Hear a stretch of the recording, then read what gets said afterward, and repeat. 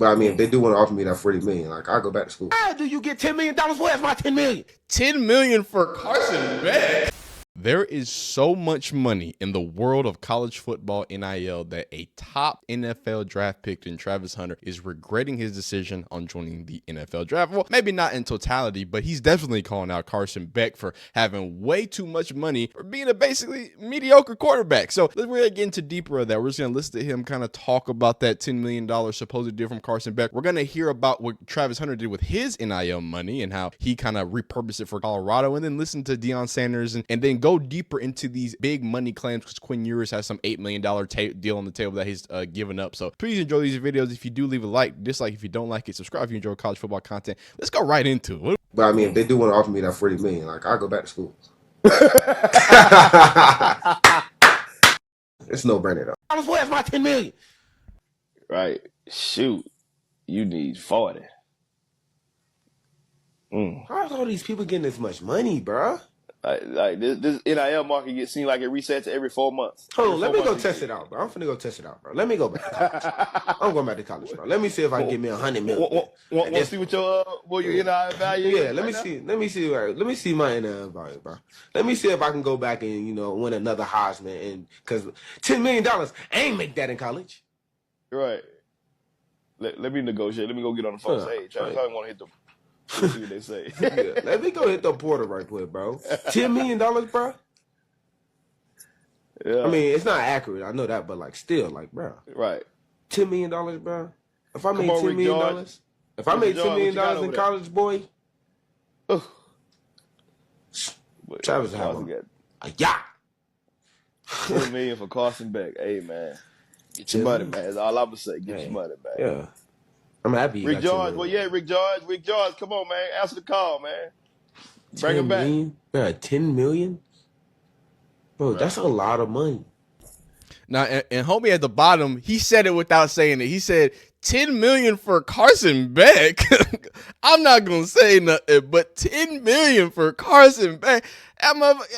Whatever. It's all good. We ain't going to get it too much deeper into it. But let's talk about these claims of large money. Now, here's two things, right?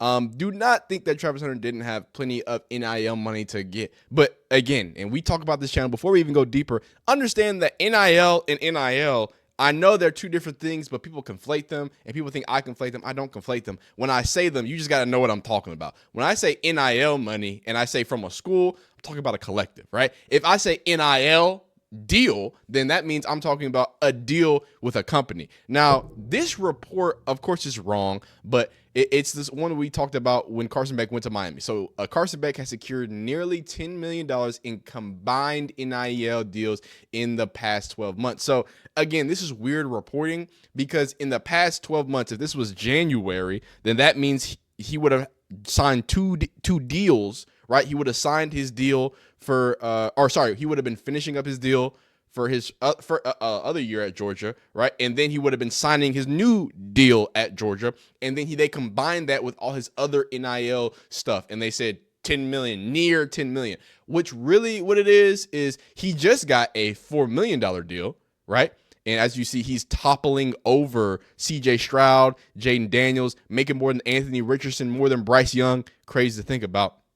So he's apparently, so this new $4 million deal, if we can assume that he got something similar number at Georgia, let's say he got 2.52. Again, these numbers are all inflated, right? You put that together, 6 million plus a few million from NIL, actual NIL deals. Yeah, you can get somewhere close to 8 million. They round that thing up to 10 million. That's how it's reported. But at the end of the day, that is still a lot of money. And like I said, the two things that need to be explained is that quarterback and SEC. And we can talk about the other one, but we won't talk about that. We ain't ready for that other conversation. But we're going to stay on SEC quarterback. There's so much money in quarterback. In fact, and he was kind of alluding to how the NIL market resets. Supposedly, Cam Ward, the almost Heisman candidate, top-ranking quarterback coming into this draft, Shador, Cam were kind of 1 and 2, depends on who you have ranked. He got supposedly a $1.2 million offer for his year at Miami, whereas Carson gets $4 million. Now, I don't think this is like a F Carson thing, but it's just the scale of it, because Bryce Young back in 2021, and I keep talking about this because Nick Saban talked about it, when Bryce Young was coming into into Alabama, his NIL deals, right, his deals were being offered in the realm almost of $1 million. So it was hundreds of thousands of dollars. He said approaching 7 figures, right? We went from almost $1 million to multiples of millions of dollars. Now the estimate, and who knows how close these estimates are, they're getting paid more than NFL players. So like, what's the point? And this is the thing that we talk about, right? Was told that it's a $4 million NIL package for Carson Beck. This is in line with the reported deal for Tulane. So other quarterbacks are doing this 2-year, $8 million deal. That's a Tulane quarterback. And of course, Cam Ward, like I said, he got 1.5 last year. So this isn't a Carson Beck thing. This is just, there is so much money in NIL. It just rapidly inflates so quick. So quick. Carson Beck just saw the writing on the wall. He had an injury. It all works out for him. But someone like a Quinn Ewers, who supposedly is leaving $8 million on the deal with NIL entering into the NFL draft. It's a crazy situation. And we talked about the advantages that college football players have. Quinn Ewers, if he transferred, he has all the advantage. You have to understand that at the NFL level, like in our last video, if you get signed, you're locked in for at least 3 years until they trade you, or if they trade you, blah, blah, blah, if they cut, whatever. But you're locked in for at least 3 to 4 years. That's your team. Carson can hop around. Quinn can hop around if they want to get more money here. Hey, you can pull a Caden Proctor and hop to a place and hop back.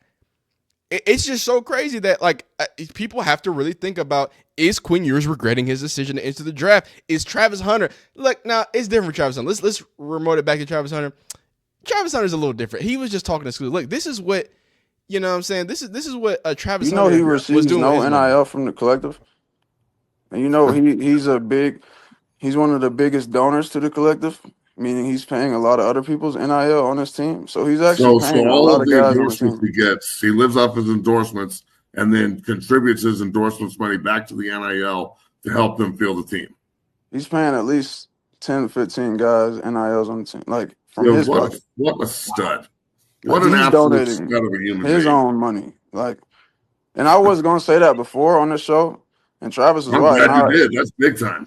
And I was like, I just didn't say it because I didn't know if you wanted me to say that. That's what I told him. Some people don't like people knowing their good deeds. He's like, no, I don't care, bro. It is what it is. But yeah, Travis, bro, he's just an overall great person. Like, this is, so shout out to Travis Hunter. And I don't think he's the first person to do this, but just thinking about the two types, right? And this goes back to my claim about SEC thing.